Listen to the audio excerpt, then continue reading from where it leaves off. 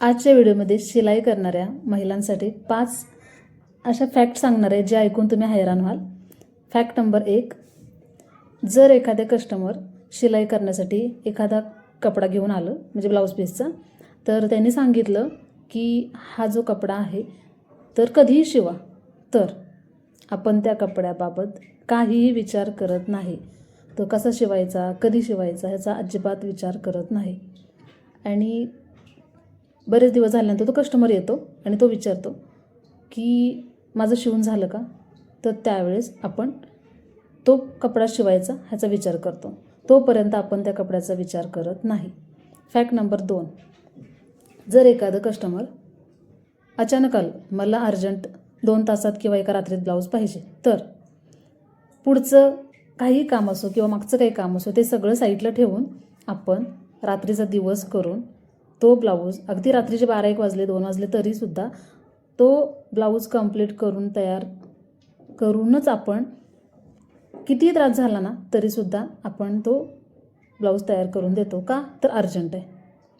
Fact number 3, आपण मेहनत खूप करतो, शिलाई काम खूप करतो, पण आपल्याला शिलाईचे पैसे मिळत नाहीत.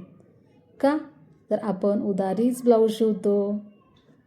बरोबर, कारण गावाकडचे किंवा इथले काही कस्टमर असतात, शेजारी पाजारी किंवा नातेवाईक कोणी पण असतं, तर ते उधारच देतात, लवकर पैसे देत नाहीत.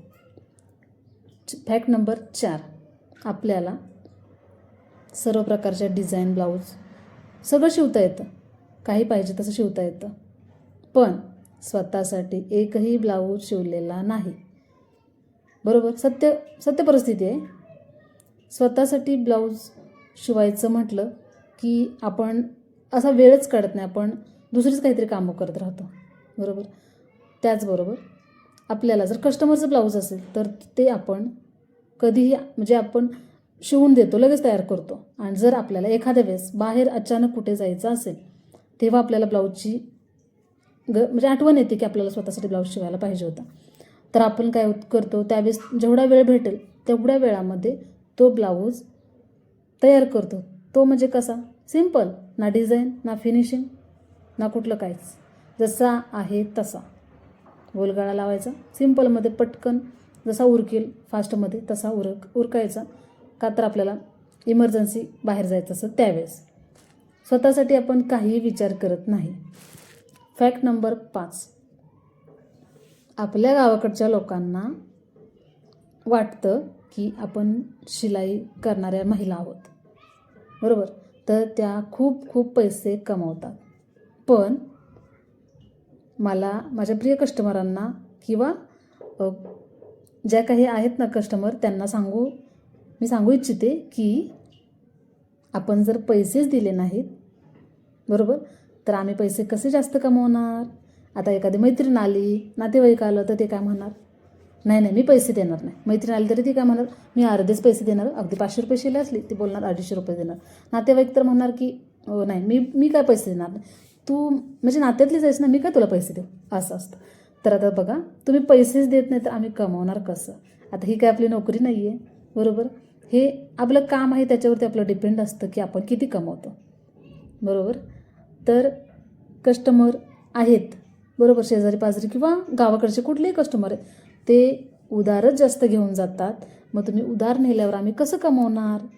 आणि एक कस्टमर असं आहे ना की दुसरा ब्लाऊज शिवायला जवळ येत नाही, 6 महिने होऊ दे, 4 महिने होऊ दे, 2 महिने होऊ दे, तोवर पैसेच देत नाहीत. मग तो ब्लाऊज घेऊन यायचं आणि नंतर या पहिल्या ब्लाऊजचे पैसे द्यायचे आणि नंतर तो ब्लाऊज शिवाय टाकायचा. असे काही कस्टमर असतात, म्हणजे डायरेक्ट दुसरा ब्लाऊज शिवायच्याच वेळेला येतात, फिरतच नाही तिकडे. आपणच म्हणजे विचार करत बसतो की हे कस्टमर का आलं नाही का. पण त्यांची आणि बोलतात ते, मी घेऊन जाते, मी पैसे देते ना, मी का तुझे बुडवते का, म्हणजे मी तुझं देणार ना, मी असं बोलतात. आणि जाताना उधार घेऊन जाणार. आपणच विचार करत बसतो की अरे म्हणजे हे कसं काय, पण आपण काहीच बोलू शकत नाही. आणि आपण विचार करतो हा येणार आहे असं आपण वाट बघत बसतो. काही कस्टमर तर ना बापरे, माझ्या स्वतःच्या बाबतीत घडलेली घटना आहेत. ब्लाऊज शिवून घेऊन गेले आणि अर्धेच पैसे दिले. समजा काय बोलतात 1000 रुपये असतील तर 500 दिले, 500 दिलेच नाहीत. आणि आता बोलतात की नाही का गळा चुकला आहे किंवा काय झालं, अरे पण काहीही झालं तरी तुम्ही पैसे तर द्यावेच लागणार ना तुम्हाला, बरोबर. तुम्ही परत रिटर्न घेऊन या आणि जो काही चुकलेला आहे तो बदल करून घेऊन जावा, पण पैसे तर तुम्हाला द्यावेच लागणार. असं एखाद्याचं बुडवून कसं चालेल तुम्हीच सांगा. तर हे होते 5 फॅक्ट्स. तर तुम्हाला ह्याच्यामध्ये कोणता फॅक्ट्स मॅच झाला आहे कमेंट करून नक्की सांगा आणि नक्कीच कमेंट करा.